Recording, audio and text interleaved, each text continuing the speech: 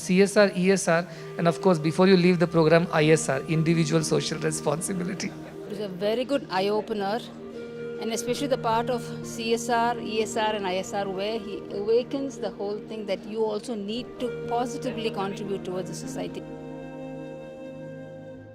Speaking from a corporate perspective, all the initiatives which are done right now, should we look at them purely as a charity, or can we look at them as a social investment where there are some good that is being done, the societal good that is being done from the corporate investment? If you can please share your views on that. It's a social investment, there is no doubt about it, because where are your next generation of consumers, customers going to come from? If they are not educated, they are not having enough money in their hands, disposable incomes, how are they going to buy your products, and how are your corporates going to succeed in your ventures? So ESG is what I wanted to bring back again to you. It's a social investment. If our country has 25 crore students who are in colleges, who are in post-graduation, PhD, to PU intermediate, to schools and to primary, and who are going to get into primary. 25 crore people, if they are not educated. Urban population is only 25% of them. So keep 25% out of there, let's say 7-8 crores.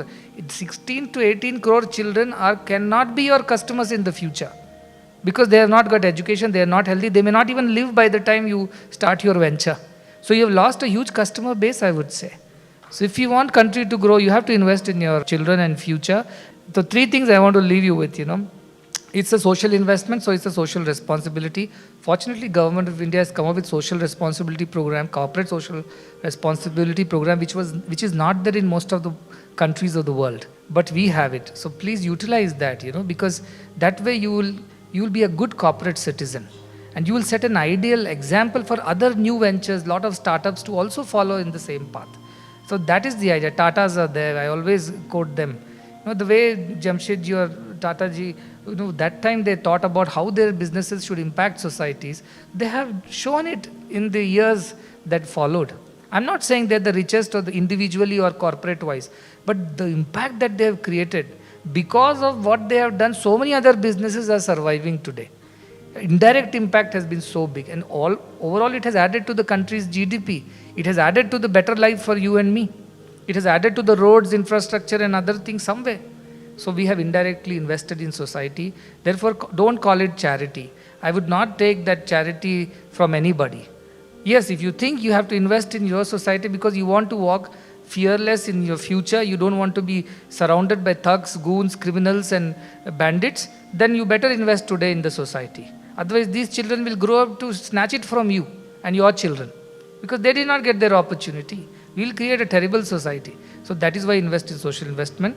ESR, employee social responsibility. Corporates, as a collective, you can do what you have to do out of your profitability. That's a rule. Or some more you can do if you have the comfort to do it. But encourage every employee in that corporate to become a good corporate citizen.